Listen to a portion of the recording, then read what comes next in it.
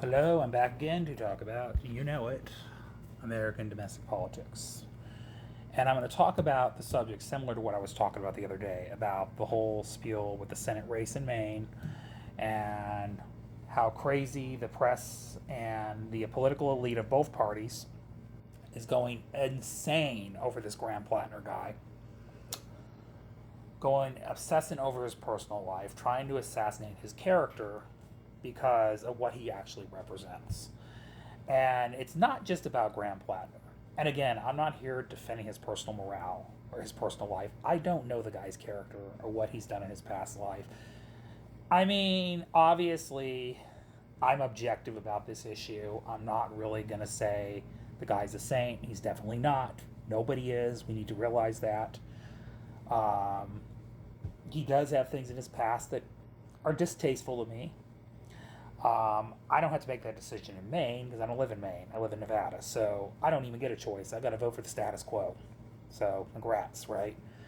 Because there ain't a lot of progressive victories here in Nevada. So, that being said, this is really about the elite trying to wield their influence to stop any outsider ish candidate from winning elections because they know the challenge that the outsider candidates pose to their power structure.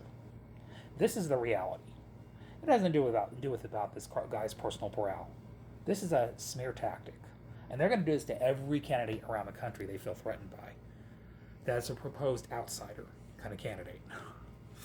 So you also remember the media and the press, and along with the Republican and Democratic establishments in the far right, the way they went after Mondami in New York and continue to.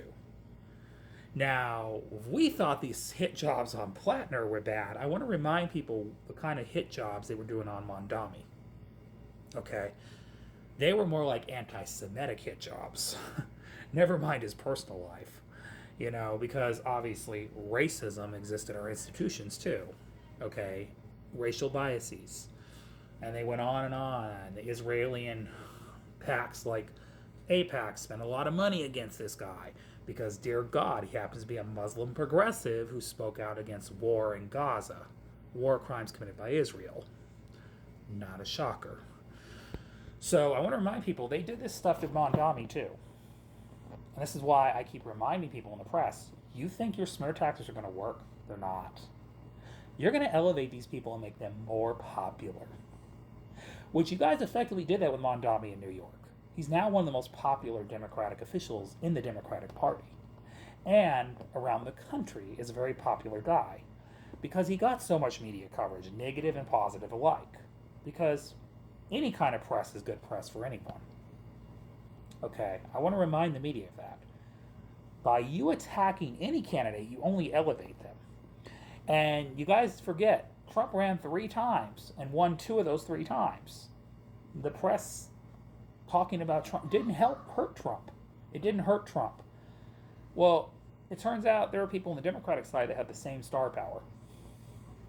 Mondami, Plattner, and several other candidates around the country.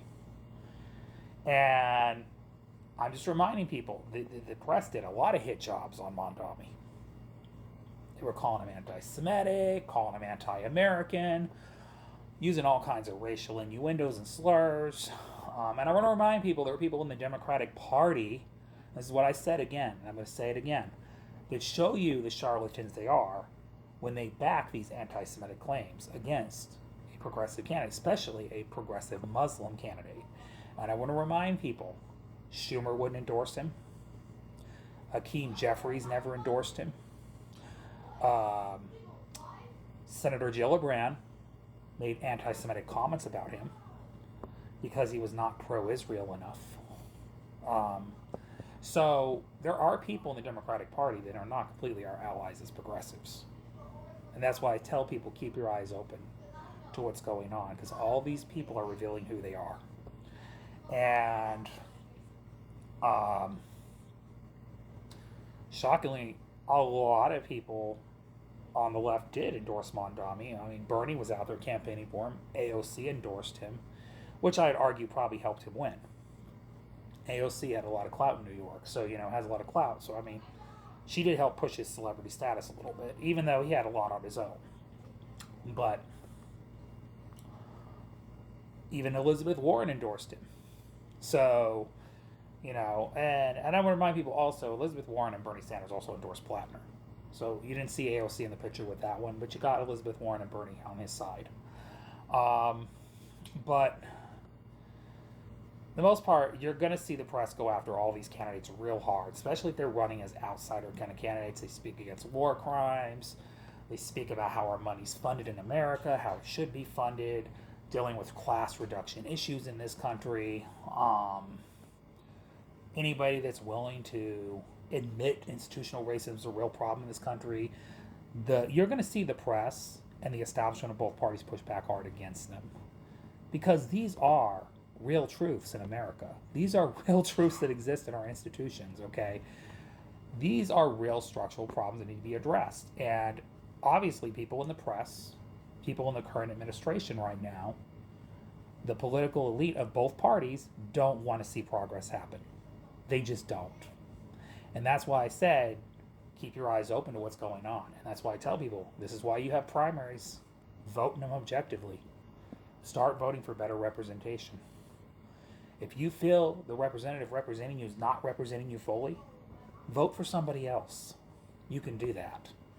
That's why I said primaries are sometimes the most important times to vote.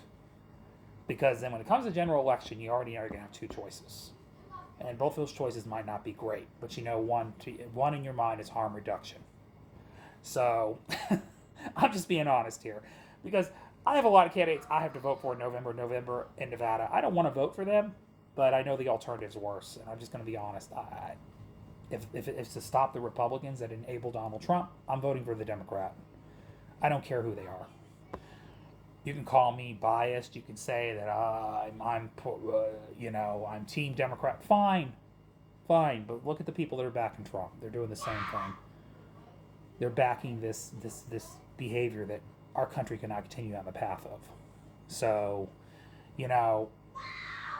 I wished I had better alternatives in Nevada. I do not. But there weren't a lot of great progressive candidates that ran either, I'm going to be honest. But that being said, the institutions in the corporate elite are going to be out attacking these candidates. And I also want to remind people, as the press thinks they're making any moves here to stop any outsider candidate, also, when they went after Abdul Saeed in Michigan Senate race, how did that pay off? He's now leading in the Democratic primary for U.S. Senate. And I want to remind you, there are 3 prominent candidates running. Abdul Saeed, he's now the front runner for the Michigan Senate race for the Democratic primary, which I'd argue is the best candidate. I don't care what the media says. Or the elite of any side. Because he's willing to call the truths out for what they are.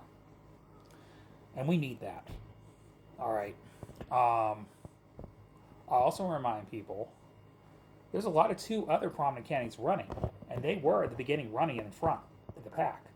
It was Valerie McMorrow that had the advantage because she really was the more progressive-ish center-left. She's kind of more where majority of the party voters are. And then you have the corporate establishment back candidate, Haley Stevens, which I'd argue is obviously the worst choice in the primary. Very pro-Israel, very much a Zionist, very pro-corporate. So those are your picks, but I know a lot of the press went after the Abdul Saeed hard. And I'd argue some of the attacks from Mallory McMorrow elevated Abdul Saeed because of his ties to Hassan Piker, the YouTuber, which I guess you can credit Hassan Piker's energy and presence and popularity in elevating Abdul Saeed. So congratulations, media. Keep up the good work. That's all I got to say. But anyways, all right, y'all. Love y'all. See y'all later. Have a great night. Goodbye.